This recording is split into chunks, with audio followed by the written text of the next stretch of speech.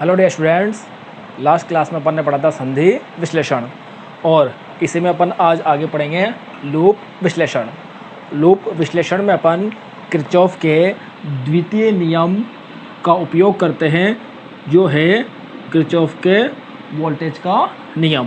Kirchhoff की वोल्टा का नियम ऊर्जा संरक्षण पर आधारित है, ऊर्जा संरक्षण के नियम पर, जो है law of conservation of energy. तो लूप विश्लेषण में अपन किरचॉफ के द्वितीय नियम वोल्टा के नियम का उपयोग करके कोई अपने पास विद्युत परिपथ है, उस विद्युत परिपथ के अंदर जितने भी लूप हैं उस लूप के अंदर अपन ज्ञात करते हैं क्या, विद्युत धारा का मान। अब जैसे संधि विश्लेषण में अलग अलग प्रोसेस अपन ने फॉलो किया था, वैसे ही यहाँ पर अपन एक प्रोसेस को फॉलो करेंगे। तो यहाँ पे अपन एग्जांपल से देखते हैं इसको। देखो, एक परिपथ लेते हैं अपन, ये एक परिपथ है। इस परिपथ का अपन को लूप विश्लेषण करना है।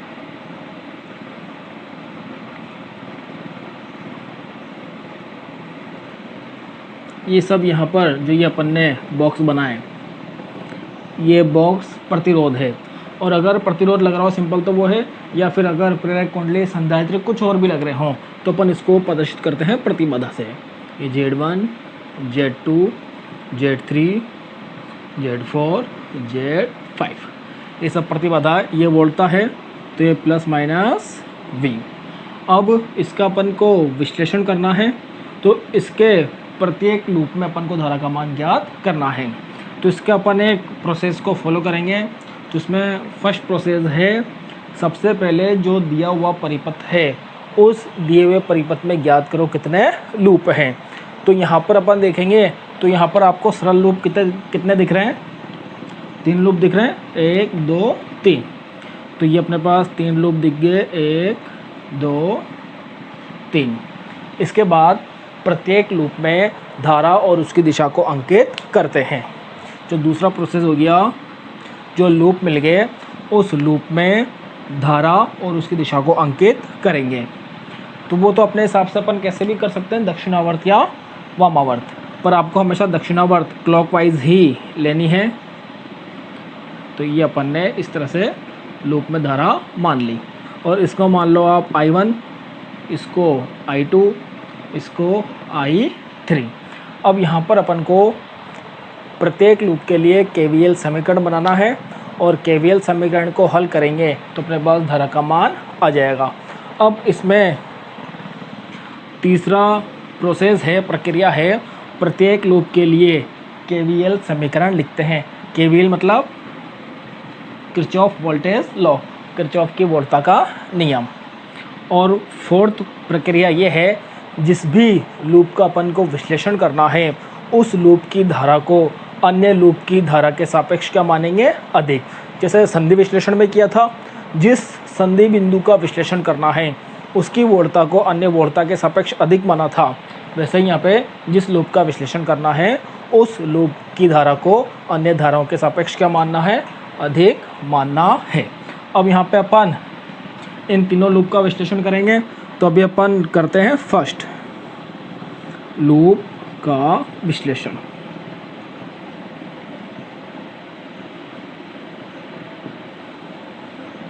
अब फर्स्ट लूप का विश्लेषण करेंगे। जो देखना, अपन ने किरचॉफ के वोल्टा का नियम पढ़ा है फर्स्ट लेक्चर में। मैंने आपको बताया था जिस भी लूप के लिए KVL समीकरण लिखनी है वहाँ पे देखो ये धारा है, धारा कहाँ जा रही है, दक्षिणावर्त। जो ये वोल्टा स्रोत है यहाँ तो प्लस माइनस फिक्स है, परंतु जहाँ पर ये प्रतिरोध है, प्रतिबाधा है, ये प्रतिबाधा से जब धारा जाएगी तो अपन इसका चिन्ह लगाएंगे। चिन्ह कैसे लगाते हैं, जिस प्रतिबाधा में धारा अंदर जा रही है उधर प्लस, जहाँ से बाहर आ रही है वहाँ पे माइनस। और ऐसे देखो ये I1 इस लूप की बात कर रहे हैं ना, तो ये I1 है, ये I1 इस लूप में इस तरह से जा रही है पूरी क्लॉकवाइज दक्षिणावर्त। और जब ये Z3 में जाएगी तो इधर प्लस इधर माइनस। ऐसे अपन I2 के लिए लिखेंगे। तो इस लूप की बात करें, सेकंड लूप की, तो इसमें भी अपन धारा अपने पास दक्षिणावर्त जा रही है और प्रतिबाधा में अपन चिन्ह लगाएंगे। तो चिन्ह कैसे लगाएंगे, यहाँ से जा रही है तो इधर प्लस फिर माइनस, फिर इधर एंटर हो रही है प्लस इधर माइनस, फिर इधर एंटर हो रही है प्लस इधर माइनस। ऐसे ही जो ये I3 है, I3 के लिए इधर प्लस इधर माइनस, प्लस और माइनस। अब अपन को KVL समीकरण लिखनी है। तो देखो अपन ने बताया था KVL किरचॉफ के वोल्टा का नियम, क्या, जो लूप है उस लूप के अंदर समस्त वोल्टाओं का बीजगणितीय योग क्या होता है, 0। अब वोल्टाओं का बीजगणितीय योग 0 मतलब देखो जहाँ से स्टार्ट करना है तो वहाँ पे कोई एक चिन्ह ले लो, उसके बाद एक चिन्ह छोड़ के एक चिन्ह। अपन ये वोल्टा स्रोत से स्टार्ट कर रहे हैं तो अपन ने लिखा V, और इसका अपन लेते हैं धनात्मक चिन्ह प्लस V, और ये प्लस ले लिया ना। अब इसको छोड़ के ये लेंगे माइनस, माइनस लिया किसके लिए, Z1 के लिए। इस पर वोल्टा का मान क्या होगा स्थिर सिरों पर, ये Z1 है, धारा जा रही है I1, तो जाएगा I1 Z1। यहाँ पर एक ही धारा है इस पूरे शाखा में, और इसी लूप में अपन जब आगे देखेंगे ये Z3 वाला, तो देखो Z3 के लिए चिन्ह क्या आएगा, अपन को चिन्ह एक चिन्ह छोड़ के एक चिन्ह लेना है। तो अपन ने यहाँ से प्लस ले लिया, तो अब इस प्लस को छोड़ा माइनस, फिर इस प्लस को छोड़ेंगे ये माइनस, माइनस Z3। अब जो धारा लिखेंगे देखो ये अपने पास जो शाखा है, इस शाखा में लूप 1 की वजह से तो I1 धारा है और लूप 2 की वजह से क्या है, I2 धारा। तो यहाँ पर धारा क्या होगी, I1 I2 का बीजगणितीय योग। अब देखो Z3 में अपन देखेंगे जो I1 है, I1 क्या है, I1 यूँ घूम के जाएगी, I1 जाएगी ऊपर से नीचे, और यहाँ पे अपन देखेंगे इस लूप में तो यहाँ पर Z3 से I2 धारा कहाँ जाएगी, नीचे से ऊपर। तो ये तो जा रही है ऊपर से नीचे और ये जा रही है नीचे से ऊपर। धारा की दिशा क्या है, एक दूसरे के विपरीत। जो विपरीत की वजह से यहाँ पर क्या आएगा, I1 minus I2 equal to 0। तो यहाँ पर ये बन जाएगा V minus I1 Z1 minus Z3 I1 plus Z3 I2 equal to 0। और यहाँ पे अपन I1 I2 ज्ञात करने हैं अपन को, तो अपन यहाँ पे क्या करेंगे, I1 I2 I3 में समीकरण बनाएंगे। तो I1 I2 I3 में समीकरण बनाएं तो ये V माइनस, तो यहाँ से I1 कॉमन आ गया, अंदर क्या बचेगा Z1 प्लस Z3, प्लस इसलिए आया क्योंकि माइनस कॉमन ले लिया ना अपन ने, तो माइनस भी क्या हो गया प्लस, उसके बाद plus Z3 I2 equal to 0। I1 I2 I3 में एक सिस्टम वाइज लिखें तो हो जाएगा Z1 प्लस Z3 I1, ये माइनस में ही है, plus Z3 I2 plus V equal to 0। ये हो गई समीकरण 1। अब ऐसे ही अगर अपन लूप 2 का विश्लेषण करें, लूप 2 का विश्लेषण, जो लूप 2 के विश्लेषण में कैसे भी स्टार्ट कर लो और कोई सा भी चिन्ह ले लो, पर यह है फिर जो आपने एक बार चिन्ह ले लिया उसके बाद जो चिन्ह आ रहा है वो एक चिन्ह छोड़ के एक चिन्ह अपन को लेना है। अपन स्टार्ट कर रहे हैं Z3 से ही, अपन यहाँ पे ले लेते हैं प्लस वाला साइन, प्लस Z3 जो यहाँ पे धारा होगी। अब देखो लूप 2 का विश्लेषण कर रहे हैं ना, अब यहाँ पर I2 जा रही है ऊपर, I1 जा रही है नीचे, पर लूप 2 का विश्लेषण कर रहे हैं तो इसकी धारा को अन्य लूप की धाराओं के सापेक्ष अधिक मानेंगे। तो ये हो जाएगा अपने पास, धाराओं की दिशा विपरीत भी है, I2 माइनस I1। उसके बाद इधर आने के बाद देखो अपन ने ले लिया यहाँ पे प्लस, तो उसके बाद ये माइनस छोड़ा वापस प्लस, प्लस Z2, और Z2 से धारा कौन सी जा रही है, I2 ओनली। देखो और कोई भी धारा नहीं है शाखा में। उसके बाद अपन अब इसी लूप में आगे ये Z4 वाला, तो अपन ये प्लस लिया, इसको छोड़ा, फिर ये प्लस, फिर इसको छोड़ेंगे माइनस को, फिर प्लस, उसके बाद ये हो गया Z4। और जो इसमें धारा जाएगी वो धारा कैसे जाएगी, देखो इसमें I2 तो आ रही है, ये दक्षिणावर्त जाएगी तो ऊपर से नीचे, और I3 आ रही है नीचे से ऊपर, तो हो जाएगा I2 माइनस I3। अब कुछ है नहीं, हो गया अपने पास, 3 हो गया, इक्वल टू 0। इसको भी अपन हल करेंगे तो हो जाएगा Z3 I2 minus Z3 I1 plus Z2 I2 plus Z4 I2 minus Z4 I3 equal to 0। I1 I2 I3 की फॉर्म में लिखेंगे तो यहाँ ये बन जाएगा, ये समीकरण बन जाएगी, I1 कहाँ आ रहा है, ओनली ये आ रहा है अपने पास I1, तो माइनस Z3 I1, और I2 कहाँ आ रहा है, ये I2, ये I2 और ये I2, तो Z3 Z2 Z3 Z4 plus Z2 plus Z3 plus Z4 I2, उसके बाद ये minus Z4 I3 equal to 0। ये होगी समीकरण 2। तो समीकरण 1 आई, समीकरण 2 आई।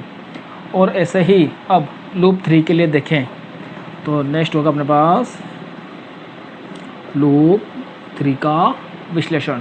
तो लूप 3 के विश्लेषण में देखो कैसे भी स्टार्ट कर लो, यहीं से स्टार्ट करते हैं। चिन्ह लेते हैं प्लस Z4, ये चिन्ह ले लिया प्लस वाला। अब देखो इस लूप में जो ये इस शाखा में धारा है, अब I3 तो जा रही है इस शाखा में ऊपर और I2 आ रहा है ऊपर से नीचे, विपरीत दिशा है। पर इस लूप का विश्लेषण कर रहे हैं तो इसकी धारा को अन्य लूप में जो धारा है उनके सापेक्ष क्या मानेंगे, अधिक। तो जाएगा I3 माइनस I2। उसके बाद ये प्लस लिया, वो माइनस छोड़ कर बस plus Z5 I3 equal to 0 आ गया। इसको वापस I1 I2 I3 के रूप में जमाएंगे तो जाएगा Z4 I3 minus Z4 I2 plus Z5 I3 equal to 0। तो यहाँ से ये हो जाएगा माइनस Z4 I2 प्लस, अब ये I3 इसमें भी है, I3 इसमें भी है, ये जाएगा Z4 plus Z5 I3 equal to 0, समीकरण 3। तो ये 3 समीकरण आ गए, समीकरण 1, समीकरण 2, समीकरण 3। इन तीनों समीकरण को हल करके अपन I1 I2 I3 के मान ज्ञात कर सकते हैं। अब वो भी कैसे करेंगे, देखो समीकरण 1 I1 I2 है, ये जो V है Z1 Z2 Z3 Z4 Z5 इन सब के मान दिए हुए होंगे। तो ये अपने पास I1 I2 के रूप में है, समीकरण 2 I1 I2 I3 के रूप में है और समीकरण 3 I2 I3 के रूप में है। तो यहाँ पे I1 I2 I3 तीनों अननोन आ रहे हैं। तो अपन को क्या करना है, इसमें I1 को निकालना है I2 के रूप में। तो I1 का मान I2 के रूप में आ जाएगा, वो इसको इस साइड भेज देंगे। और जो समीकरण 3 है इसमें I3 को निकालना है I2 के रूप में। तो यहाँ से I1 I2 के रूप में आ गया, यहाँ से I3 I2 के रूप में आ जाएगा। उन दोनों को यहाँ पे I1 I2 का मान रखेंगे, पूरी समीकरण I2 में आ जाएगी और I2 का मान निकल जाएगा। इसको अपन एक न्यूमेरिकल से देखते हैं। तो ये एक न्यूमेरिकल देखते हैं, लूप विश्लेषण द्वारा प्रत्येक लूप में धारा का मान ज्ञात करो। तो लूप विश्लेषण की क्या विधि है, सबसे पहले जो परिपथ है इसमें देखना है कि जो सरल लूप है वो कितने है। तो यहाँ से दिख रहा है अपन को जो सरल लूप है कितने हैं, 2 है, पहला और दूसरा। अब लूप पता पड़ गए तो सभी लूप में अपन धारा और उसकी दिशा को अंकित करते हैं। इसको मान लो I1, इधर मान लो I2। हमेशा आपको कैसे लेनी है धारा की दिशा, दक्षिणावर्त। वामावर्त भी ले सकते हैं पर फिर बाद में वो गलत होने के चांसेस हो जाएंगे। तो केवल एक प्रोसेस है, उसी को फॉलो करेंगे। तो ये I1 जा रहा है, ये I2 जा रहा है। अब देखो धारा हमेशा कैसे जाएगी, प्लस से माइनस की तरफ। ये तो बैटरी है तो इसके तो प्लस माइनस चिन्ह फिक्स है, ये दिए हुए होंगे। ये जो प्रतिरोध है रेजिस्टेंस, इसमें चिन्ह अपन को अंकित करने हैं। अब जब दक्षिणावर्त जा रही है धारा की दिशा कैसे आएगी, प्लस माइनस, इधर जाएगा प्लस माइनस। तो हो गया, इधर भी अंकित करेंगे I2 के लिए। तो I2 के लिए इधर प्लस माइनस। अब प्रत्येक लूप के लिए अपन को KVL समीकरण लिखनी है। तो KVL समीकरण लिखनी है तो कैसे देखना, लूप 1 के लिए KVL समीकरण। तो लूप 1 के लिए KVL समीकरण लिखेंगे, कहीं से भी स्टार्ट करो। अपन स्टार्ट करते हैं यहाँ से 4 और क्या लगाएंगे, प्लस चिन्ह। तो +4, फिर एक चिन्ह छोड़ के एक चिन्ह लिखना है। तो ये प्लस ले लिया तो ये प्लस छोड़ के ये माइनस। प्रतिरोध 1 इनटू धारा कितनी आ रही है इसमें, I1। उसके बाद ये प्लस, इसको छोड़ा माइनस, फिर ये प्लस छोड़ा -2। इसमें धारा कितनी आ रही है, देखो जो ये शाखा है इस शाखा में I1 तो जा रही है फर्स्ट लूप की वजह से, I2 जा रही है सेकेंड लूप की वजह से। I1 ऊपर से नीचे, I2 नीचे से ऊपर, विपरीत दिशा। इस लूप का विश्लेषण कर रहे हैं इसलिए इसकी धारा को अधिक मानेंगे, I1 minus I2 equal to 0। I1 I2 के रूप में जमा देंगे तो 4 minus I1, 1 into I1 I1 minus 2I1 minus minus plus 2I2 equal to 0। तो ये हो जाएगा 4 minus 3I1 plus 2I2 equal to 0। तो minus 3I1 plus 2I2 plus 4 equal to 0, ये होगी समीकरण 1।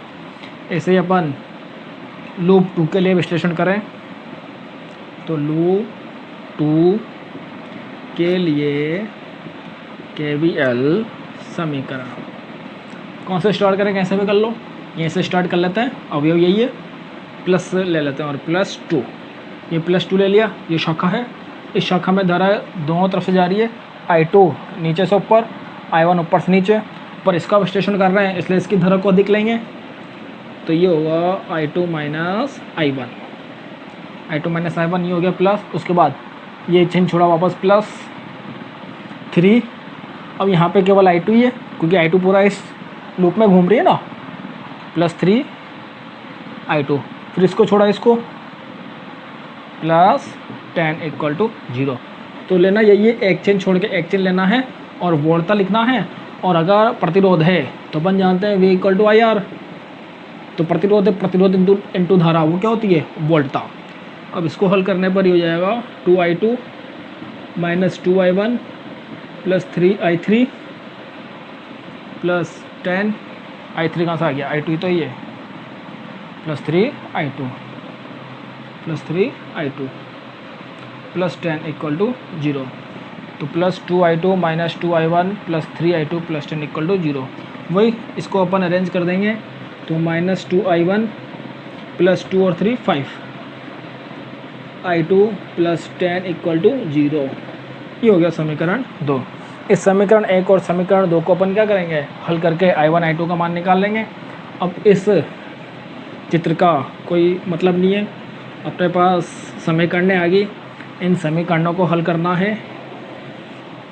देखो इन दोनों समीकरण को अपन हल कैसे करेंगे, एक से I1 या I2 का मान निकाल के दूसरे में रख दो। समीकरण 1 से देखें तो अपने पास यहाँ क्या जाएगा, ये बनेगा 3I1 equal to 2I2 plus 4, इधर ले लिया, यहाँ से I1 क्या हो गया 2I2 प्लस 4 अपॉन 3। इस I1 का मान अपन रखेंगे समीकरण 2 में, तो माइनस 2 I1 आ गया 2I2 plus 4 upon 3 plus 5I2 plus 10 equal to 0। इसको गुणा कर लेंगे, minus 4I2 minus 8 upon 3 plus 5I2 plus 10 equal to 0। LCM ले लेंगे, तो उसका एलसीएम क्या जाएगा, माइनस 4I2 माइनस 8 प्लस ये 3 मल्टीप्लाई हुआ 15I2 प्लस 30 इक्वल टू 0। देखो ये अपॉन में वैसे 3 हो जाएगा एलसीएम के बाद, पर वो 3 इधर गुणा होके क्या हो गया 0। अब इसको हल करेंगे तो ये हो गया 30 में से 8 गए तो प्लस 22, 15 में से 4 गए तो 11I2 इक्वल टू 0। तो 15 में से 4 गए तो I2, अब ये हो गया अपने पास 11I2 इक्वल टू माइनस 22। तो I2 यहाँ से क्या हो जाएगा, minus 22/11 equal to minus 2 ampere. तो I2 मतलब क्या आया, माइनस 2 एम्पियर। देखो धारा माइनस में आ रही है, इसका मतलब क्या है, अपन ने जो धारा की दिशा मानी थी दक्षिणावर्त, वो अपन ने गलत मान ली थी, तो धारा की दिशा वहाँ पर कैसी होएगी, वामावर्त। तो अगर चिन्ह प्लस में आए तो अपने द्वारा मानी गई धारा की दिशा सही है, और चिन्ह ऋणात्मक आए तो अपने द्वारा मानी गई धारा की दिशा जो वास्तविकता में धारा प्रवाहित होगी उस परिपथ में उसके विपरीत है।